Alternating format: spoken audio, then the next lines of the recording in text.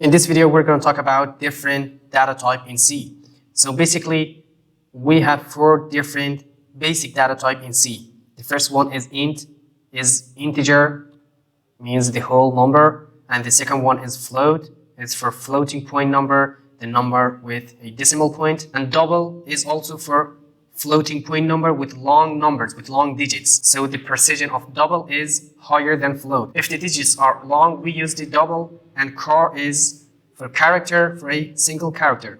So let's see how many bits they will use from our memory, from our RAM. Here, I will compile it.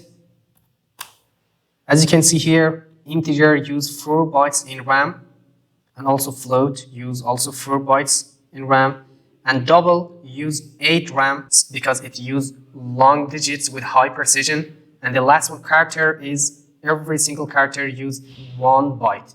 So as you can see here, there's lots of code. You don't need to understand all of them right now. So as you improve in C language and learn more things, you will learn them. So here, the only thing that you have to learn is that we have 4 different basic data type in C: integer, float, double, and char. Integer is for whole numbers, float is for decimal numbers, double is for decimal number with long digits and high precision, char is for single character.